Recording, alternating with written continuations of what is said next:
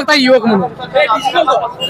जे परवा भाजपचे आमदार गोपीचंद पडळकर यांनी स्वर्गीय राजाराम बापू पाटील व आदरणीय जयंत पाटील साहेब यांच्याबद्दल जे अतिशय असभ्य भाषेमध्ये जे वक्तव्य केलं ते ह्या महाराष्ट्राच्या राजकारणाला शोभणारं नाही। आपण बघतोय की सांगली जिल्ह्यानं आणि ह्या राज्यानं भरपूर काय काय ह्या देशाला दिलं। स्वर्गीय बापूंनी तर देशाला स्वातंत्र्य भेटण्यासाठी त्यांनी काम केलं। आदरणीय साहेब असतील गेल्या 4-5 दशकापासून राजकारण समाजकारण करतात आणि ही आपल्या राज्याची किंवा ही आपल्या राजकारण्यांची परंपरा नाही। आणि एवढ्या खालच्या पातळीचं वक्तव्य हे करणं हे निश्चितपणे एका संविधानिक पदावरती असणाऱ्या लोकप्रतिनिधीला हे निश्चितपणे शोभत नाही।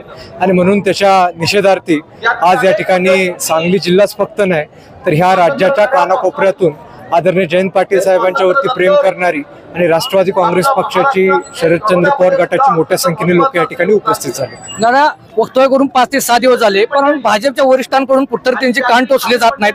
त्याच्यामुळे त्यांच्या मागे कुठं कोणाचा हात आहे का? त्याला कोण आका आहे का? त्यांना निश्चितपणे ह्याच्या मागे कोणतरी आका आहे, कारण की आपण बघितलं की खरं म्हणजे सगळ्या लोकांची भावना अशी आहे की त्यांनी या ठिकाणी माफी मागितली पाहिजे।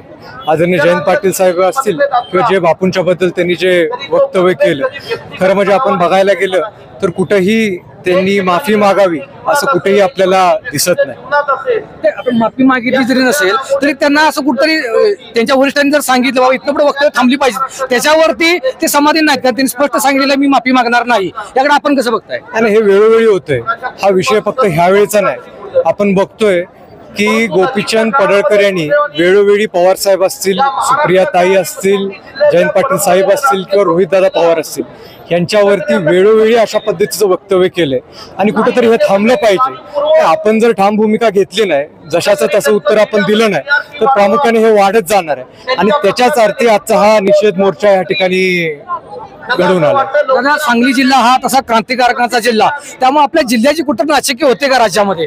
निश्चितपणे आपल्या जिल्ह्याची नाचक्की होते। मी तुम्हाला सांगतो की ह्या जिल्ह्यानं भरपूर मोठे नेतृत्व ह्या राज्याला दिलं, जे सुसंस्कृत आहेत। मग वसंतदादा असतील, राजाराम बापू असतील, पतंगराव कदम साहेब असतील, असे कित्येक लोक आहेत की जे पुरोगामी चळवळीकडं त्या विचारधारेची लोक आहेत। आणि ठीक आहे, विचारधारेला तुम्ही विरोध करा, परंतु असं वैयक्तिक पातळीवरती, ज्याला इंग्रजीमध्ये आपण बिलो द बेल्ट म्हणतो, अशा खालच्या पद्धतीची वक्तव्य हे निश्चितपणे इथून पुढे देखील झाली नाहीत पाहिजेत। आणि जरी कोणी ते केलं तरी निश्चितपणे आपण कुणी सुद्धा ते सहन केलं नाही पाहिजे। अत्याधुनिक आणि सर्व सोयी सुविधांयुक्त रुग्णांच्या आरोग्याची काळजी घेणारं आपलं हॉस्पिटल लक्ष्मी नारायण हॉस्पिटल।